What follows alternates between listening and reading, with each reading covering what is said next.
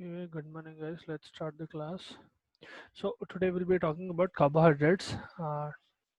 Again, I'll breeze through the introduction because we've already covered the introduction twice in your class.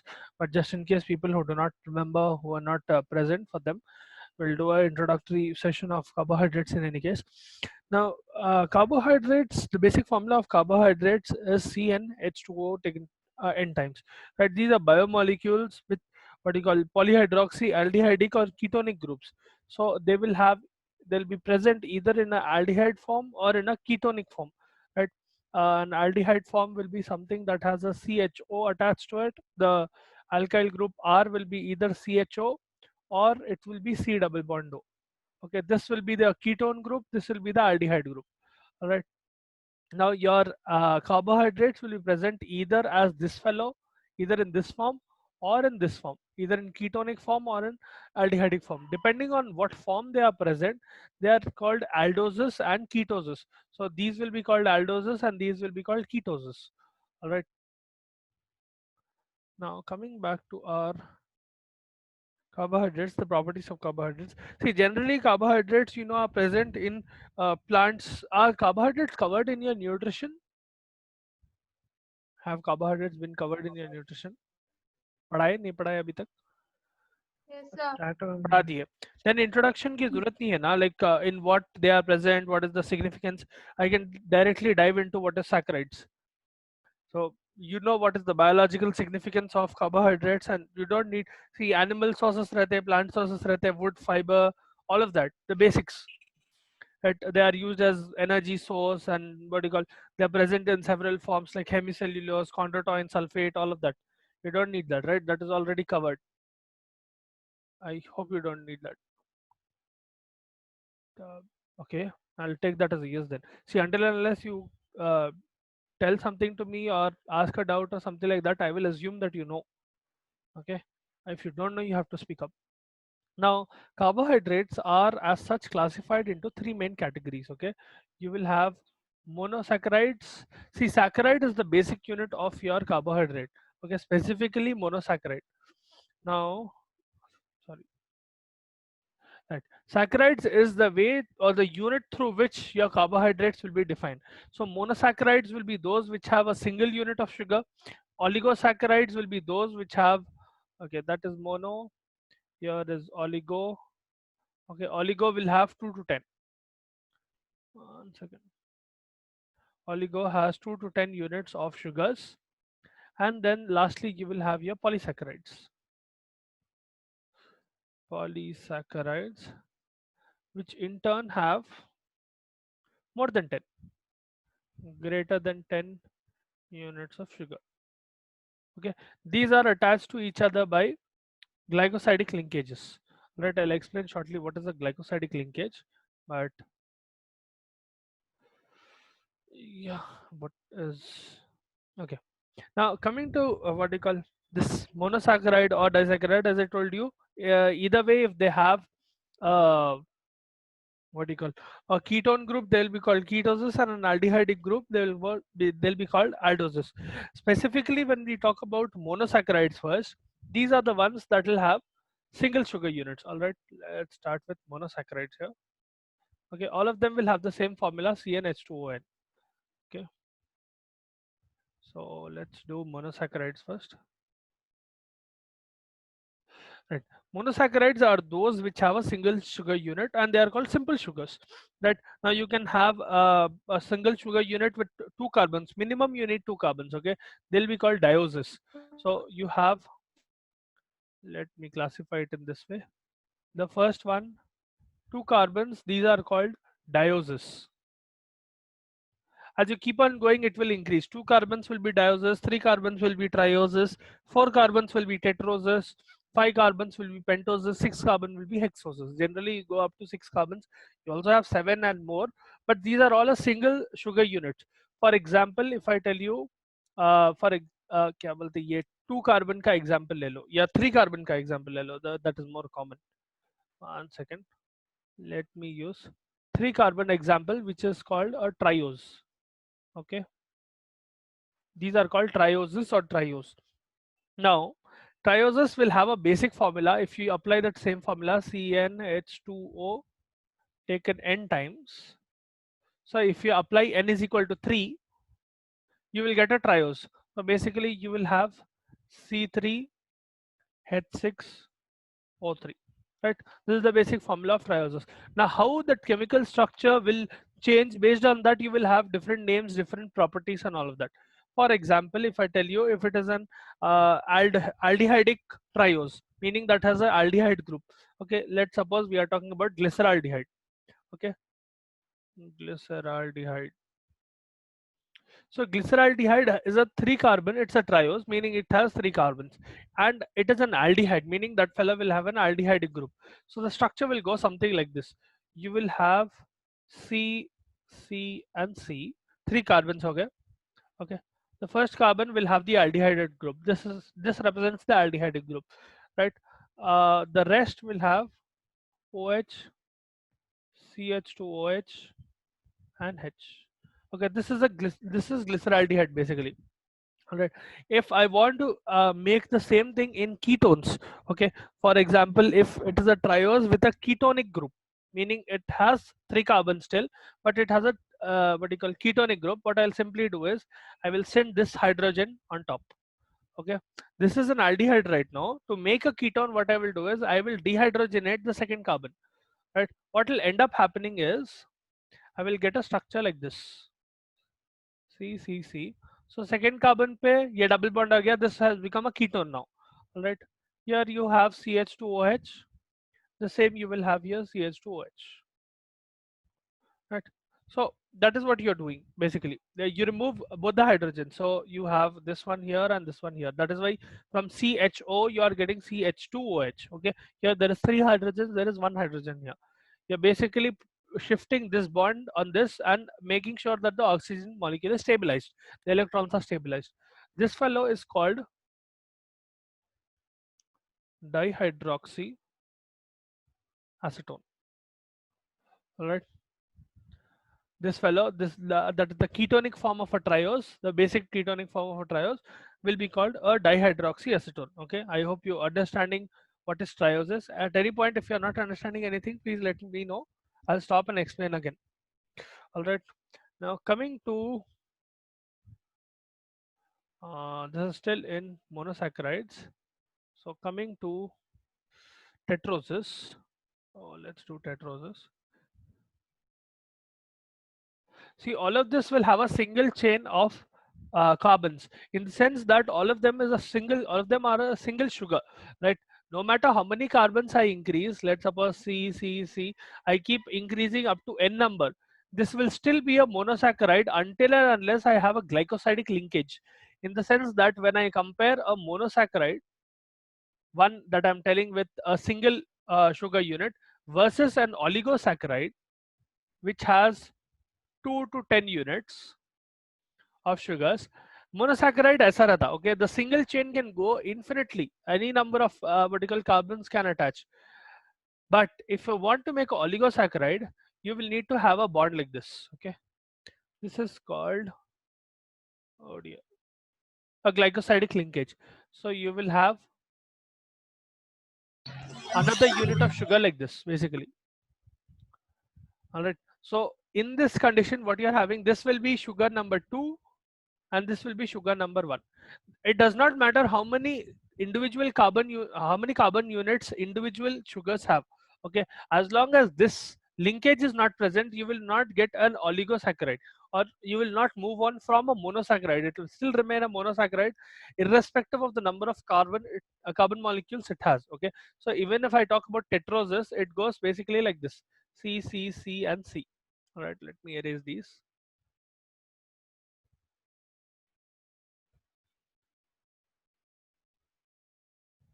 Right, so you will have 4 carbons. I'll give you a simpler example so that you can remember in the exam as well. Now in your what you call biochemistry, you'll have what you call stereoisomerism and all as well. You can hope to study if you want to. I'm not going to explain that, simply because I remember you guys telling me that your organic chemistry is not exactly solid. So from an exam point of view as well, the most important parts in this what do you call metabolism of carbohydrates, which is the first chapter, will be classification of what do you call carbohydrates, in the sense that you'll have to classify what are monosaccharides, what are oligosaccharides, what are polysaccharides, rather than the chemistry or the organic chemistry in that. Okay, so you don't need to focus that much on it. If you want to, you can study, but it's needless. The more important things will be classification and cycles. You will have a lot of cycles in this, so you'll have to remember those, you'll have to memorize those cycles. Those will be pretty significant from a exam point of view, right? Now coming to tetroses, these are basically those monosaccharides that have 4 carbons, as the name suggests. So we'll first do erythrose, sorry. So erythrose is something that goes like this.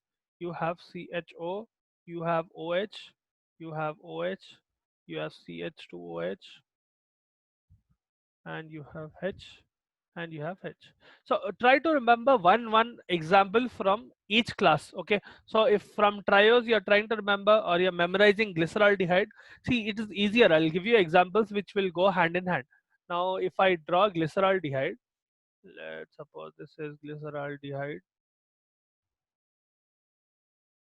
Okay, glyceraldehyde goes something like this: CCC, CH2OH, COH, HCHO. Right, this is glyceraldehyde, deglyceraldehyde, right? uh, I'll come to what is D and L as well, but for now, see, look at this structure and look at this structure. I'm simply mimicking what is present on the second carbon. If you can see this, I'm replicating what is there on the second carbon. Hence from here you will be able to get erythrose.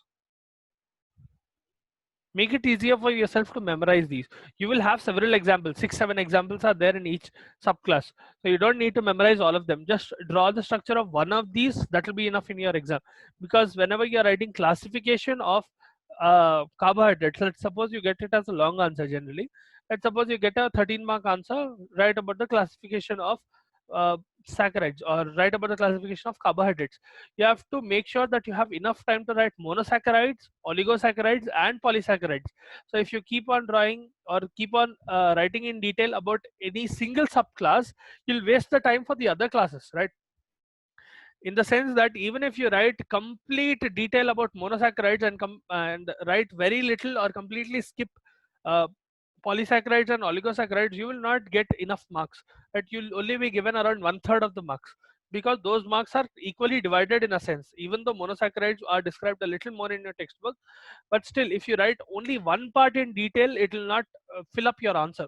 Basically, it will not be enough to get complete marks, or at least your aim is to get at least 12 out of 13. Shoot for that. You might get around 10 11 or 12 as well, depending on how good you write. Sometimes even 13, if the examiner is so nice, you might even get 13, but it is rare.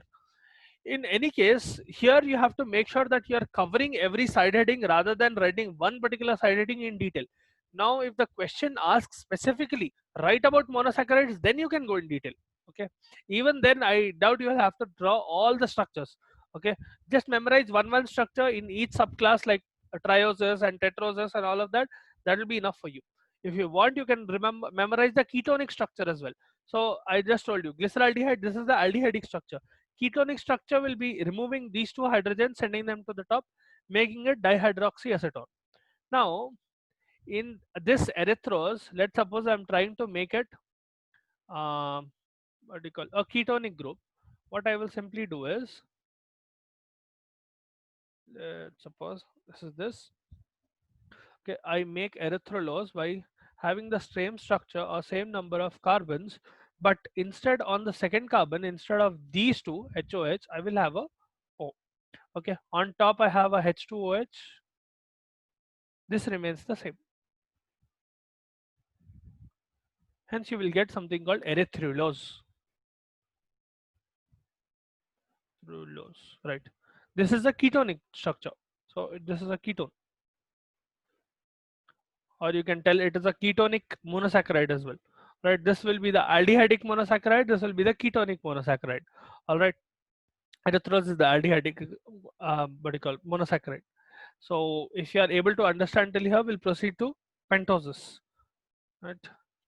Okay. So coming to pentoses,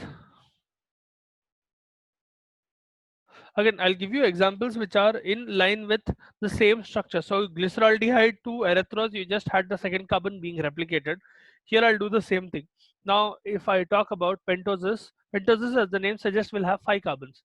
So let me draw 5 carbons first. 1 2 3 4 5, right? These are 5 carbons. Now you have read about this fellow, it is called ribose. Where did you learn about ribose? Think. You studied about ribose somewhere, no? DNA. Yes, specifically RNA actually, but yeah, RNA is made of ribonucleic acid, right? Deoxyribonucleic acid and ribonucleic acid are DNA and RNA. This will be based on ribose. Now, how ribose looks is you have the same CHO. This is an aldehyde group, okay? So you have CHO, CH2OH, OH, OH, sorry,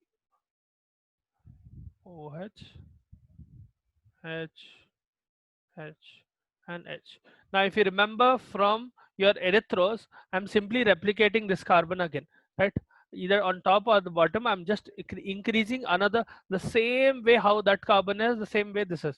If you remember your erythros, which I just drew, it has a very similar structure wherein CH2OH, here you have OH, here you have OH, H, and H. Okay, let me close this. This is your erythros, right? Erythros. Now, if you can see the similarity again, I am simply replicating this fellow. The same as in glyceraldehyde. In glyceraldehyde, it was 3 carbons and the same structure. In from glyceraldehyde to erythros, I replicated this. From erythros to what do you call your ribose, I'm replicating it again so that you get 3 in total. So that it will be easier for you to memorize. Use such examples. Okay. Now, if I try to make the same thing in a ketonic form, let's suppose I am trying to make, oh sorry, yeah. Mm, Now let's suppose I'm trying to make a ketonic form out of the same thing. Basically, I'm trying to make ribulose. What I will do is I have the same 5 carbon nucleus, right? CH2OH remains the same. Here you will get CH2OH instead of CHO. Right? This will be the aldehyde group. For ketonic group, you need to have a C double bond O, right? So I'm creating a C double bond O here. Everything else remains the same. Right? I hope you are understanding this. If you're not understanding, please let me know. Right? This is called ribulose. This is the ketonic form of, oh dear, once again. This is the ketonic form of your ribose. Right? Pretty easy to understand. So this is about pentoses. Now coming to hexoses. Here all dying. Right. Coming to hexoses, these are fairly common that you know, galactose, glucose, sucrose. Sucrose is actually a oligosaccharide, but glucose, galactose, all of those, and they will be coming under your mannose. They are all your hexoses. So I'll draw you what is glucose because that will be quite important for you. A basic structure being C6H12O6. So 1, 2, 3, 4, 5, and 6. Here you have your 6 carbons. All right. Now, if I want to draw glucose, first of all, this will remain the same. CH2OH will be present. Here you will have CHO. Right. The only distinction from ribose to glucose is everything till now what you have seen is every OH is on the right hand side, right? So initially everything was on right hand side like this. If I try to recreate from your what do you call ribose itself, this structure that you get in this only difference that you have to make is in the second carbon instead of OH being on the right, OH will be on the left, on the third carbon, sorry, the second carbon, right? So that is the only difference. This will give you glucose. So this is your D-glucose. Now what is DNL? Okay, I hope you understand what is glucose structure. From ribose, I'm replicating everything the same. Just on the third carbon, I'm flipping the structure in a way that H comes on the right and OH comes on the left. All right, that is the basic difference. Now coming to what is D and L. D and L basically refers to dextro and levo. Dextro and levo rotatory. Okay, this basically means whenever I have a structure, for example, acha, plain polarized light. For this, you need to know what is plain polarized. Please explain once again. Which part, glucose, or which part do you want me to explain again?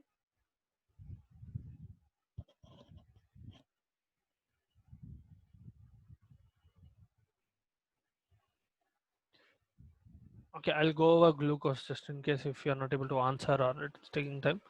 So I'll do one thing. One second. I'll draw the structure of ribose again. Glucose. Okay. Hold on. Now I'm hoping that you understood till pentosis. So you know what is the ribose structure, right? I have 5 carbons, right? CH2OH remains the same. CHO remains the same. Here I have OH. Here I have OH. Here I have OH. H. So this is your ribose, right? Now the only difference if you see between this and this is your ribose, right? If you see the difference between this and this, till now this structure was being replicated up or down either way. I'm just increasing a carbon and keeping hydrogen and oxygen in the same position, right? Here the only difference will come in this. In the third carbon, if you are able to see, I'm simply flipping the structure. Okay, so from OH being on the right, I'll have the third carbon which has OH on the left and H on the right. That will give you D-glucose. Okay, that is the only difference. All right. These are 6 carbon molecules in which you have a difference in your third carbon. All right. So you have 1, 2, 3, and so on. 4, 5, 6 carbons. Right. On the third carbon, you have instead of OH being on the right, you have H on the right and OH on the left. That will give you the glucose. All right. So whenever you are writing an exam, the classification of carbohydrates, this is one easy way to remember 4-5 structures. So from this you are able to memorize what is glyceraldehyde. Similarly, you'll be able to memorize what is the ketonic structure. Simply send both the hydrogens of the second carbon to the top to this aldehydic group, and you will get a ketonic group, right? C double bond O group.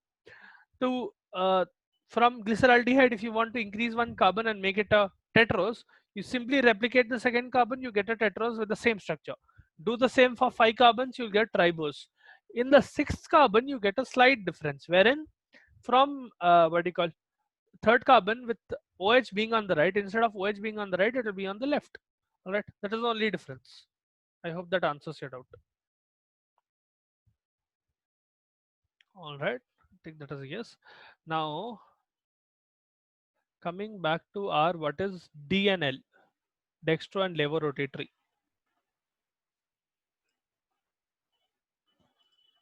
Right now, आपके light, generally the light that you get, let's suppose I have one torch. Okay, let's draw a torch. Please excuse my horrible diagrams, but as long as you understand it is fine. Let's draw some person. Let's suppose this fellow's name is Ramu. Okay, whenever this light is coming or being exposed to Ramu, they have light coming from several directions. Okay, not just like this. Let's suppose there is a floor, any particular light source. I'm just drawing a torch like this, but what happens is light will bounce off like this and come here as well. If there is if there is a ceiling like this, then it will bounce off like this. Whatever structure is there, that will also reflect. If it is reflective enough, that will reflect upon Ramu so that you can see Ramu. If you are present here and you are seeing through your eye like this, let's suppose you have your eye here. Again, please excuse my horrible diagram. If you have vertical your eye here and you're looking from here, basically you'll be able to see through your point of vision Ramu, because he is being illuminated. He is being vertical light is being thrown on him from several directions, and that light itself, the light ray, if I take this one light ray, let's suppose, okay, let me do it in a different color. Let's suppose I isolate this one particular light ray. Okay, now your light ray will not travel in a single way. Okay, it will not be a single wave traveling in that same direction. How you see light will be, once again, let me erase this. Okay, so here you are illuminating Ramu.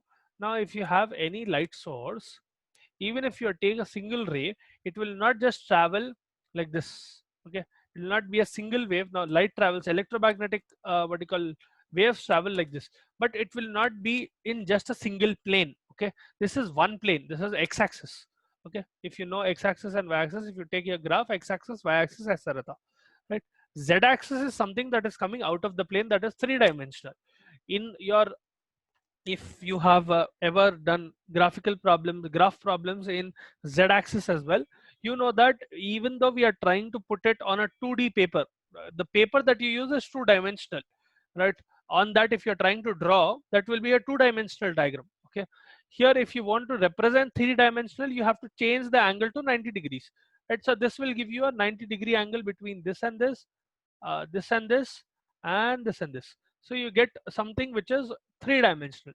Now your light travels in infinite number of dimensions, in the sense that you will have one light ray moving like this, which is perpendicular to the initial ray. Okay, let me, this is wave number one, let's suppose.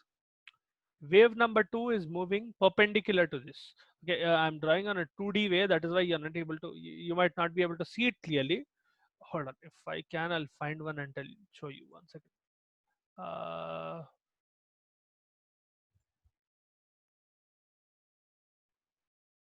Magnetic wave propagation.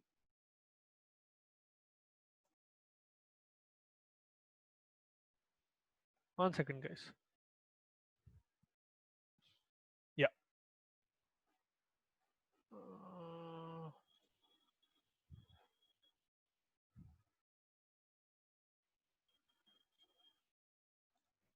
so I hope you guys can see this. If you can see here on the right, okay. Let me open that page itself. Oh dear, not present on the page. Yeah, right here. So I hope you guys can see this image. All right. If you can see here, you can see one light ray moving in one direction. Let's suppose that is y-axis. The red one is moving in y-axis, and the blue one is moving in x-axis. All right. They are perpendicular to each other. Now this is only two planes that is being represented. Normally light will move like this in infinite planes. So you will have light moving around in several directions, that is perpendicular to each other. Not exactly perpendicular, but even if it is not in the same direction, it will be just on the side. Okay, hold on, I'll show you something which has more number of rays.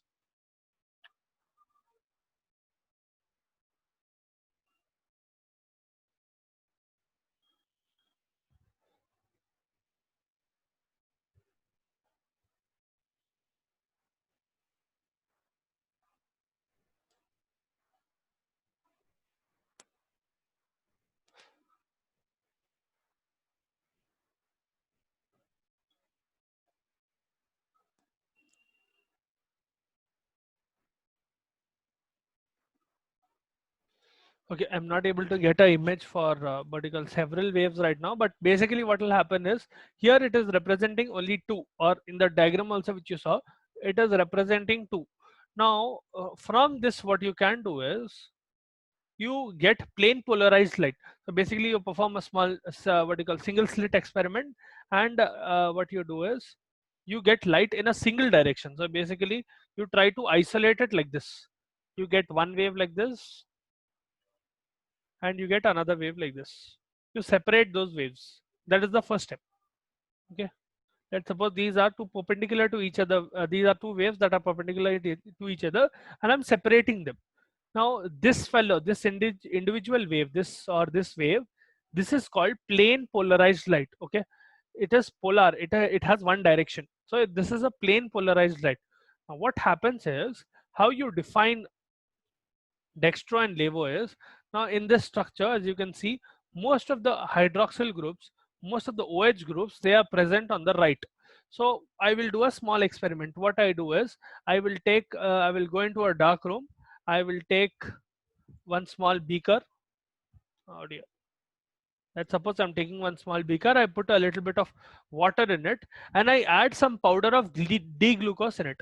So I'm adding D-glucose plus water. All right. I keep this in a dark room, and I allow one light source to pass only a single plane polarized ray, in the sense that I will allow only one ray to pass through this. Okay. I will allow only one ray to pass through this beaker. Now what will happen is, one second. अरे अच्छा यहाँ तक आ रही. Let's suppose till here it is coming in the beaker. What will happen is, because this is dextroglucose, because all of these, most of the hydroxyl groups are present on the right, what will end up happening is this ray will tilt towards the right. Okay, that is why it is called dextro rotatory. It will rotate plane polarized light, this kind of light, towards the right direction.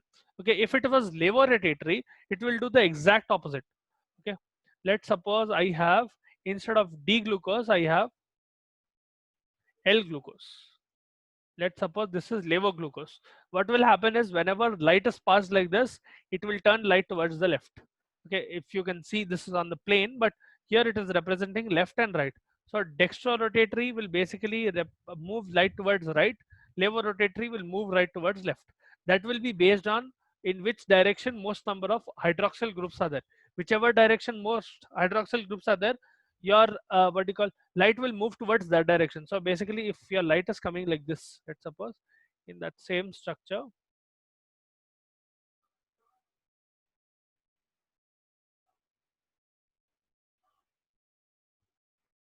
hmm. Now imagine light is coming like this towards this molecule. Okay, light is coming. Once it comes encounters this molecule, it will literally turn like this, and your light will turn like this. All right, it will turn towards right, basically, if you can understand. Single ray will turn towards right. All right, I hope you understand what is dextro and levo now. If you have the same OH molecules towards the left, you will get a levo rotatory function wherein light will come like this and turn towards the left. Okay, so if you see from your perspective, let's suppose your eye is here. If you look like this, you'll be able to see light moving either right or light moving either left. Okay, depending on whether it is dextro or it is levo. Okay, I hope this explains what is dextro and levo rotatory to you guys. Do you have any doubts? No, Okay. sir. Okay. So let me draw the structure again. One second. We'll do what is hemiacetal and hemiketal linkages. Now, when we come to hemiacetal or hemiketal linkages, these are basically links in that same monosaccharide molecule so that the molecule becomes more stable. What happens? Let's suppose I'm taking glucose. किधर गया? हाँ. C, C, C, C, C, and C. Right.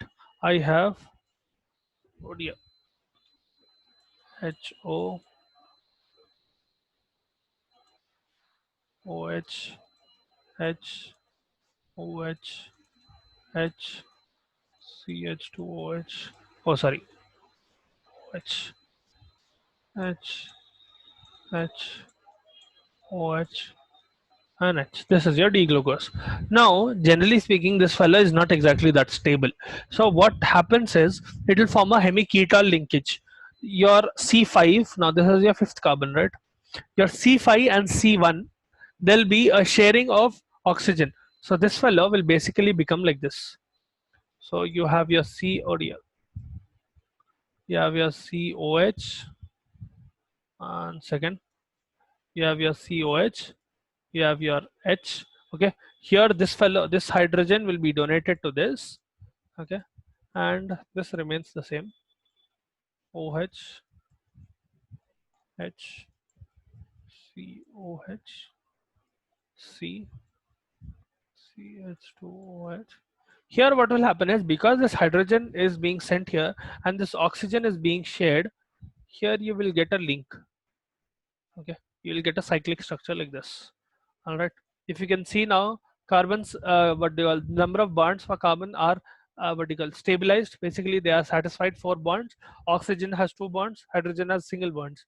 All right, that is the only difference that is happening from D-glucose to this. Is you're sending this hydrogen to the top to the aldehydic group and you're sharing this oxygen.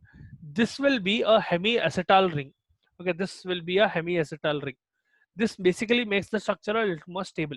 Your glucose molecules or other what you call trioses and pentoses or hexoses, heptoses, anything which can be what you call stay in this structure, they will stay in structure. If they can turn into this, they will turn into this, and they will what you call, generally the what you call D-glucose that you will see in this form. Okay, you will see it with a ring like this. Rarely you will see it like this. All right, these are hemiacetal linkages. Now depending on which carbon is being linked, यहाँ पर C1 is being linked to C5. Right, if you see this, I'll erase this fellow. Okay,